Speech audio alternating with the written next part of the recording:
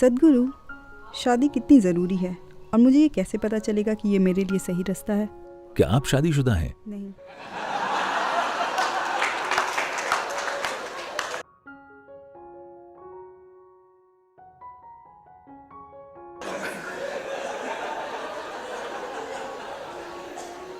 नहीं, क्योंकि ज्यादातर लोग ये सवाल बाद में पूछते हैं।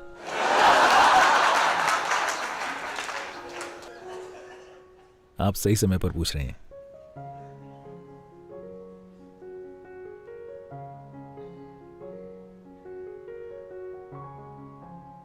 देखिए, पहले यह समझते हैं कि लोग शादी क्यों करते हैं। एक इंसान के तौर पर, चाहे आप आदमी हो या औरत, आपकी कुछ जरूरतें होती हैं। जब आप 8 साल के थे, आपका नाम क्या है? अनुष्का। अनुषा? अनुष्का। अनु? अनुष्का। ठीक है।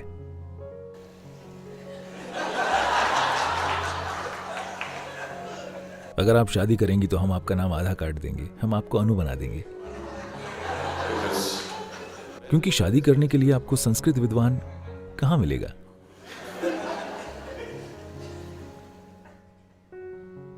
तो जब आप 8 साल के थे, अगर मैं कहता हूं अनु, क्या आप शादी करना चाहती हैं, वो बकवास लगती है ना? मेरा मतलब है, तब उस सवाल का कोई मतलब नहीं था। हाँ, उस सवाल के कोई मायने नहीं थे।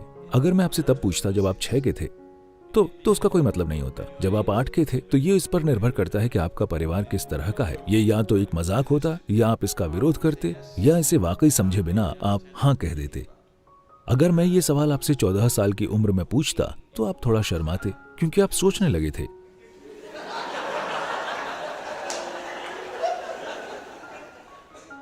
क्योंकि शरीर एक खास तरीके से बढ़ने लगा है। Hormones have started infecting the intelligence.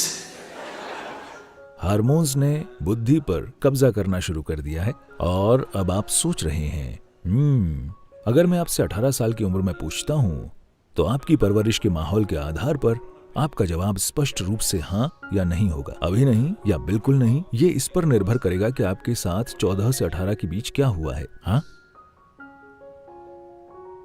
तो अब ये अच्छा है कि उन सभी पड़ावों से गुजरने के बाद अब आप खुद सवाल कर रहे हैं, न कि मैं आपसे पूछ रहा हूं या आपके माता पिता आपसे पूछ रहे हैं। आप खुद ये सवाल पूछ रही हैं, क्या मुझे शादी करने की जरूरत है? तो जरूरतें होती हैं। जब आप एक इंसान के रूप में होते हैं, तो शारीरिक जरूरतें होती हैं, भावनात्मक जरूरतें होती हैं, मानसिक जरूरतें होती हैं, सामाजिक जरूरतें होती हैं, आर्थिक जरूरतें होती हैं। ये सारी चीजें होती हैं। लोग शायद इन चीजों के बारे में जागरूकता से नहीं सोचना चाहेंगे, क्योंकि उन्हें लगता है कि अगर वो इन चीजों के बारे में सोचेंगे तो उनकी शादी बदसूरत हो जाएगी। पर वैसे भी ये चीजें तो हैं ही। अगर ये अरेंज्ड मैरिज है तो कोई दूसरा इस बारे में सोच रहा है। अगर आप इसे खुद अरेंज कर रहे हैं तो आप निश्चित ही इस बारे में सोच रहे हैं।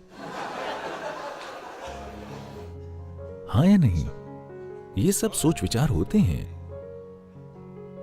तो आजकल महिलाओं के लिए मैं ये कह रहा हूं कि दुनिया कुछ हद तक बदल गई है। अब सामाजिक और आर्थिक कारणों के लिए जरूरी नहीं है कि उसे शादी करनी ही पड़े, जब तक कि आप बस शरीर के साथ ही नहीं आई हों। आप नहीं समझी? अगर आप सिर्फ शरीर हैं और आप में दिमाग नहीं है तो अलग बात है। वरना एक औरत को अब सामाजिक या आर्थिक कारणों से शादी करने की जरूरत नहीं है। उसके पास चुनाव है। वो अपनी खुद की आर्थिक और सामाजिक स्थितियों का ख्याल रख सकती है। 100 साल पहले ऐसा नहीं था। आप में शादी के लिए चाहे शारीरिक, भावनात्मक या मानसिक जरूरतें न भी हों, फिर भी बस सामाजिक और आर्थिक कारणों के लिए आपको शादी करनी होती थी। हाँ, पर अब ऐसा नहीं है। ये थोड़ी बहुत आजादी है। अब आपके शादी करने के कम से कम 2 कारण खत्म हो गए हैं। अब आपको बाकी 3 पर विचार करना है। बस, क्या आपको मानसिक तौर पर एक जीवन साथी की जरूरत है? क्या आपको जीवन साथी की भावनात्मक जरूरत है? आपकी शारीरिक जरूरतें वे कितनी प्रबल हैं? आपको इसे अपने हिसाब से देखना होगा। यह कोई सामाजिक नुस्खा नहीं है कि हर कोई शादी करे या हर कोई शादी न करे। यह कारगर नहीं होगा। एक व्यक्ति के रूप में आपकी जरूरतें कितनी तीव्र हैं। अगर ये एक हल्की जरूरत है जिससे आप आसानी से पार जा सकते हैं, अगर ये एक छोटे दौर की जरूरत है, तो शादी मत कीजिए। मैं आपको बता रहा हूँ, क्योंकि बंध जाने का कोई फायदा नहीं है।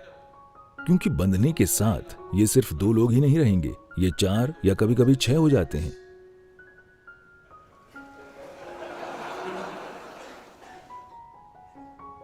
मैं ये नहीं कह रहा हूं कि यह गलत है।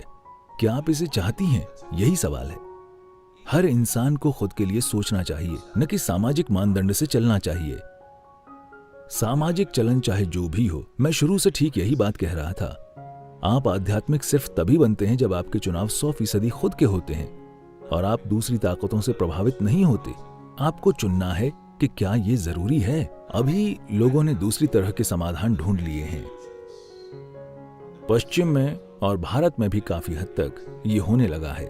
ठीक है, हम शादी नहीं करेंगे, हम दोनों बस साथ रहेंगे, हम लोग साथ साथ रहेंगे। तो ये साथ रहना, अगर आप बस एक इंसान के साथ रह रहे हैं तो ये वैसे भी शादी ही है। ठीक है, चाहे आपके पास शादी का सर्टिफिकेट हो या ना हो। पर अगर आप सोच रहे हैं कि आप हर सप्ताह अपना साथी बदल सकते हैं, तब आप खुद को एक गंभीर नुकसान पहुंचा रहे हैं। क्योंकि जैसे आपके मन में याददाश्त होती है, वैसे ही आपके शरीर में याददाश्त का भाव बहुत अधिक प्रबल होता है। इसी वजह से हम आपको ऐसे स्थानों में ले जाते हैं, भले ही आप तार्किक रूप से कुछ न समझें। उन्होंने लगातार ऊर्जा के स्थान और दूसरे प्रकार की संभावनाओं के स्थान इसलिए बनाए हैं क्योंकि शरीर उसे आत्मसात कर लेगा और याद रखेगा। शरीर की याददाश्त का भाव बहुत प्रबल होता है। शरीर इसे आत्मसात कर लेगा और याद रखेगा। हो सकता है आप हिमालय को भूल जाएं, लेकिन शरीर हिमालय को नहीं भूलेगा, ये हमेशा याद रखेगा।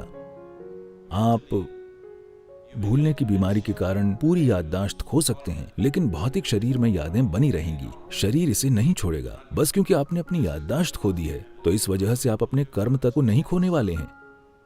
तो शारीरिक नजदीकी को हमेशा से, यहाँ इस परंपरा में इसे ऋणानुबंध कहा जाता है। ये शरीर याददाश्त का एक गहरा भाव विकसित कर लेता है और इस तरह की बहुत सारी यादें एक खास स्तर का भ्रम और एक खास स्तर की पीड़ा पैदा करती हैं।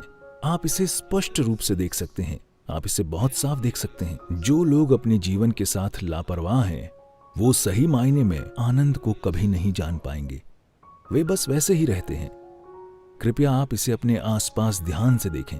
ये साफ दिखता है। जो लोग अपने शरीर को लेकर अनुशासित नहीं हैं, वे कभी पूरी तरह से हंस नहीं सकते, नहीं पूरी तरह से रो सकते हैं। वे ऐसे बन जाते हैं क्योंकि एक ही जीवन काल में भौतिक शरीर में भ्रमित होने वाली यादें कई ऐसे प्रभाव डालेंगी। तो इन जरूरतों को पूरा करने का ये कोई समाधान नहीं है। तो आप या तो शादी कीजिए या शादी मत कीजिए कि आप इन जरूरतों से परे चले जाइए। लेकिन ये ऐसी चीज है जिसे आपको निजी तौर पर देखना होगा कि मेरी जरूरत कितनी तीव्र है।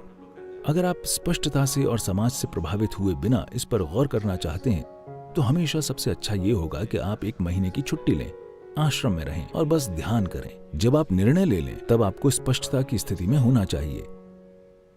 किसी से प्रभावित होकर नहीं, न तो गुरु के द्वारा और न ही समाज के द्वारा। आप किसी से प्रभावित न हो। खुद को स्पष्टता की एक खास अवस्था में लाइए। उस स्पष्टता में देखिए कि आपकी जरूरत क्या है, आपकी जरूरत वाकई कितनी तीव्र है। अगर ये जरूरी नहीं है तो बात खत्म। एक बार जब आप फैसला कर लें तो उस दिशा में मत देखिए। अगर आप उस तरफ जाने का फैसला लेते हैं तो इस तरफ मत देखिए, बस वही कीजिए। आपको इनमें से एक चीज करनी चाहिए। अगर आप बीच में लटके रहेंगे तो आप लगातार भ्रम की अवस्था में रहेंगे। ये या वो, सबसे अच्छा क्या है, क्या सबसे अच्छी चीज है। सबसे अच्छी चीज कुछ नहीं होती है। जहां भी जो भी आप करना चुनते हैं, अगर आप उसे पूरे दिल से करते हैं तो ये बहुत बढ़िया बात है। फिर भी ये सबसे अच्छी चीज नहीं है, क्योंकि दुनिया में कुछ भी सबसे अच्छी चीज नहीं है।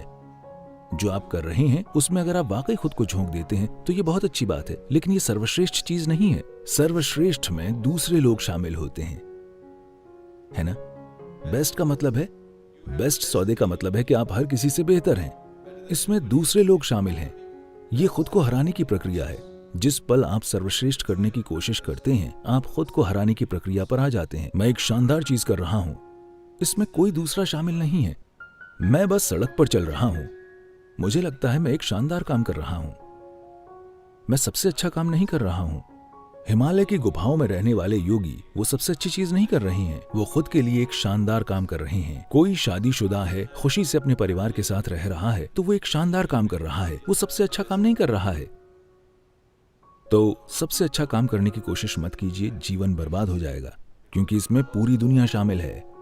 इसका मतलब है कि आपको सबसे अच्छा काम करने के लिए सिकंदर महान होना होगा, और यकीनन उसने सबसे अच्छी चीज नहीं की और न ही कोई महान चीज की। क्योंकि वो कुछ और करने के नाकाबिल था, तो हमने कहा कि वो महान है और उसे खारिज कर दिया, क्योंकि वो असल में मनुष्य कहलाने की किसी भी श्रेणी में नहीं आता। तो ये ऐसी चीज है जिसके लिए आप अपने अंदर स्पष्टता का एक स्तर लाइए और अपना निर्णय लीजिए। एक बार जब आप फैसला कर लें, फिर कोई भटकाव नहीं होना चाहिए। निश्चल तत्वम जीवन मुक्ति, क्योंकि निश्चल तत्वम जीवन मुक्ति। अगर जब आप जो भी आप कर रहे हैं, आप बस पूरी भागीदारी से झाड़ू लगाते हैं, हर दिन आप झाड़ू लगाएं, आपको आत्मज्ञान मिल जाएगा। मैं मजाक नहीं कर रहा हूं, इसके लिए इतना ही करना है। पर समस्या यह है कि जो आदमी झाड़ू लगा रहा है वो कुछ और बनना चाहता है, कोई दूसरा झाड़ू लगाना चाहता है। ये इंसान वो करना चाहता है, वो इंसान कुछ और करना चाहता है। कोई भी अपना काम पूरी भागीदारी के साथ नहीं कर रहा। यही पूरी समस्या है। आप जो भी कर रहे हैं, अगर आप उसे पूरी भागीदारी के साथ करते हैं, अगर आप में निश्चल तत्वम है, यानी आप जो कर रहे हैं आप उसी में लगे रहते हैं, बस उसी में। हिमालय की सड़कों पर गाड़ी चलाना आपके साथ यही करता है। ट्रैकिंग या पर्वतारोहण भी आपके साथ यही करता है। जब आप ये काम करते हैं तो आप कुछ भी और नहीं कर सकते। आप कुछ और करने की कोशिश करेंगे तो वो आपका आखिरी काम होगा। अगर आप इन सड़कों पर अपनी गाड़ी वाकई तेज चलाते हैं तो आप सिर्फ वही कर सकते हैं। अगर आप कुछ और करने की कोशिश करते हैं तो वो आप आखिरी काम कर रहे होंगे। तो आप अपना जीवन उस तरीके से जिएं, आप जो भी कर रहे हैं आप बस पूरी तरह वही करें। अगर आप में वो निश्चल तत्वम है तो आप चाहे जो करें वो ठीक है, पर हर दिन बदलते रहना। जो लोग 15 साल से शादीशुदा हैं अब वो सोच रहे हैं शायद मुझे ब्रह्मचर्य लेना चाहिए था। जो लोग 10 साल से ब्रह्मचारी हैं अब वो सोच रहे हैं शायद मुझे शादी कर लेनी चाहिए थी। ये जीवन की अंतहीन बर्बादी है।